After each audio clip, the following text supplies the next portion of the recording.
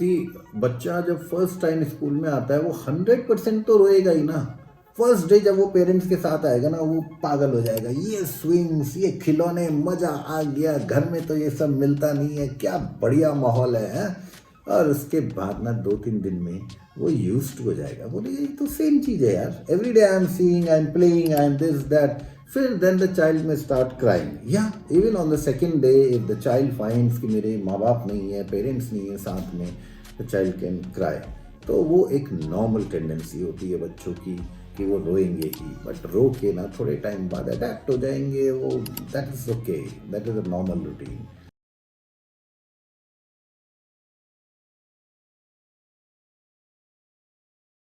Okay, sir. So our today's topic is my child really ready for preschool? So इससे related मैं आपसे question पूछना चाहूंगी. Sure.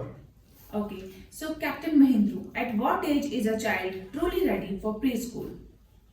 See, when we talk about a preschool, as per the government, 3 years is the minimum age at which a preschool is supposed to enroll the children.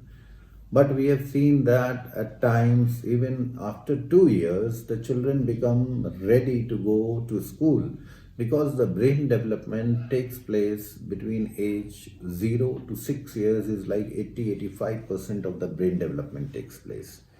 तो आपका 2 साल बाद, 2.5 साल बाद जब भी बच्चा रेडी हो जाता है, आप स्कूल में डाल सकते हैं। Okay, sir. That's great. Is preschool about academics or emotional development? Yes, academics तो ऑफ कोर्स शुरू में when the children come to the school, settle down होना चाहिए उनको, उसमें टाइम लग जाता है, मे बी 10 दिन 15 दिन, कोई बच्चे 3-4 दिन में सेटल डाउन हो जाते हैं।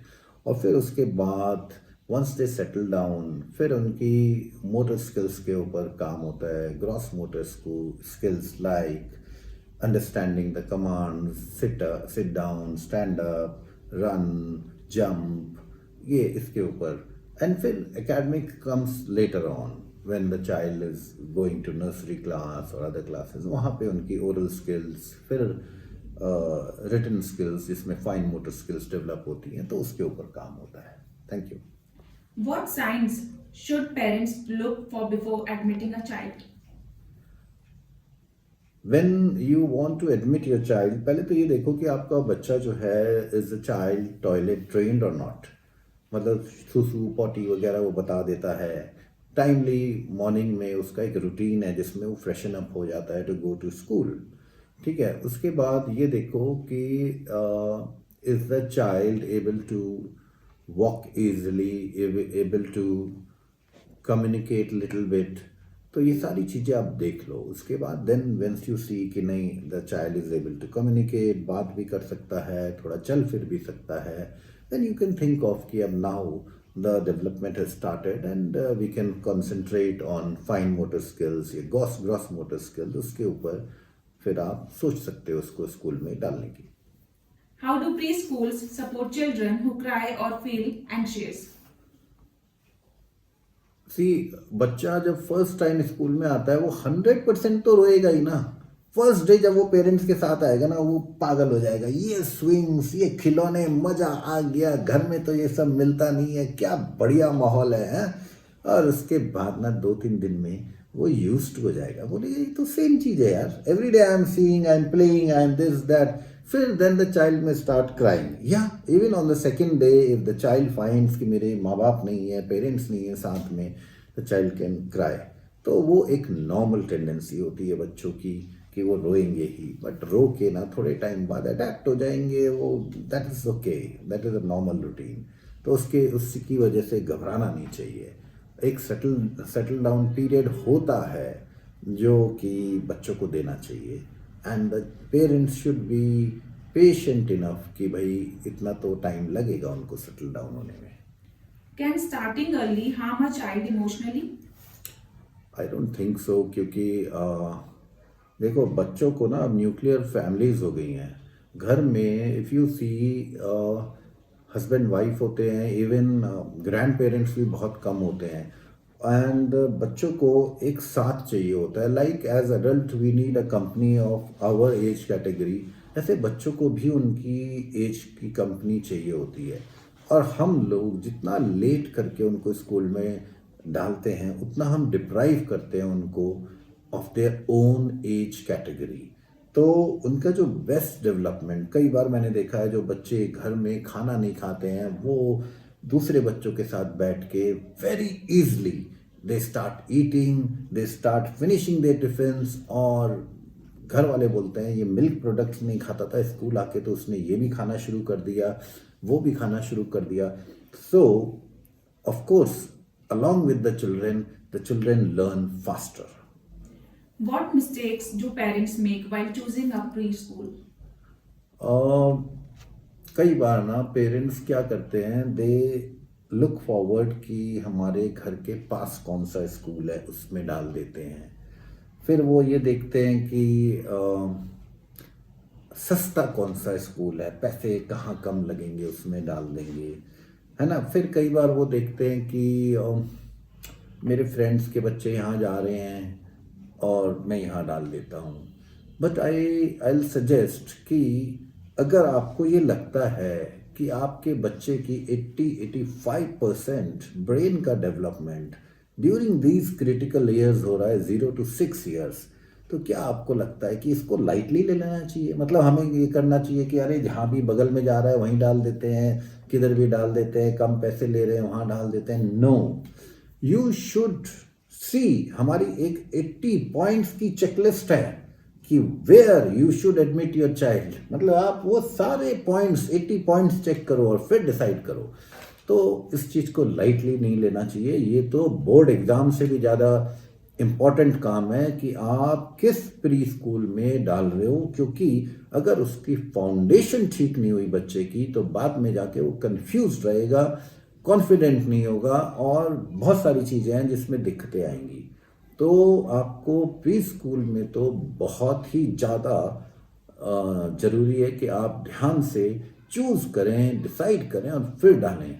मतलब घर के पास है या फिर पैसे कम लग रहे हैं, ये तो क्राइटेरिया होना ही नहीं चाहिए। क्राइटेरिया ये होना चाहिए कि मेरे बच्चे का best development, educational, emotional, upbringing, moral values वो कहाँ पे होगा। तो उन सारे पॉइंट्स को देख के आप डिसाइड कीजिए। How important is teacher sensitivity in early years? कई बार बच्चे के दिमाग में after the child leaves his और हर मदर्स हैंड, जो उसकी फर्स्ट टीचर होती है ना, वो उनके दिमाग में छप जाती है। मेरे को अभी भी याद है अपनी फर्स्ट टीचर मिसेस गिल, तो वो दिमाग में छप जाती हैं। ऐसे ही आपको लाइटली नहीं लेना चाहिए, और जो टीचर हैं वो बहुत इम्पॉर्टेंट रोल प्ले करती हैं when it comes to being the first teacher of your child. तो मतलब वो तो और टीचर्स को शायद वो बच्चा भूल जाए, लेकिन फर्स्ट टीचर को नहीं भूल सकता। What role do parents play in the first 3 months of preschool?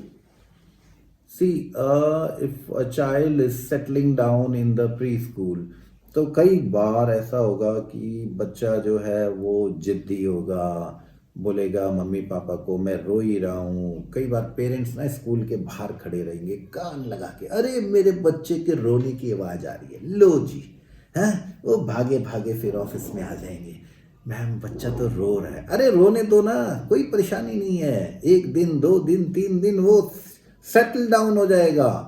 अब जब इंजेक्शन लगता है तो क्या बच्चा नहीं रोता है? फिर आप बोलते नहीं सर डॉक्टर साहब इंजेक्शन मत लगाओ, ये तो रोएगा। अरे that is a normal thing यार, डॉक्टर को मना करोगे आप इंजेक्शन लगाने को, ट्रीटमेंट कैसे होगा? तो एक सेटलिंग डाउन पीरियड होता है जिसको कि हमें ये करना चाहिए, पेरेंट्स को भी कोऑपरेट करना चाहिए, पेशेंस रखना चाहिए। स्कूल जो है वो उन्हीं के साथ उनकी कोऑपरेशन से आगे बढ़ सकता है। बच्चे को सेटल डाउन करके उसके बाद जो जो चीज़ें स्कूल बोलता है पेरेंट्स को कि सर ऐसे कीजिए, इस तरीके से बच्चे को हैंडल कीजिए, बच्चा आके घर में ये बोलेगा तो ये जवाब दीजिए, तो वो आप please try to cooperate with the school. 1-1.5-2 महीना लगेगा, बच्चा विल सेटल डाउन, सब कुछ फर्स्ट क्लास होगा।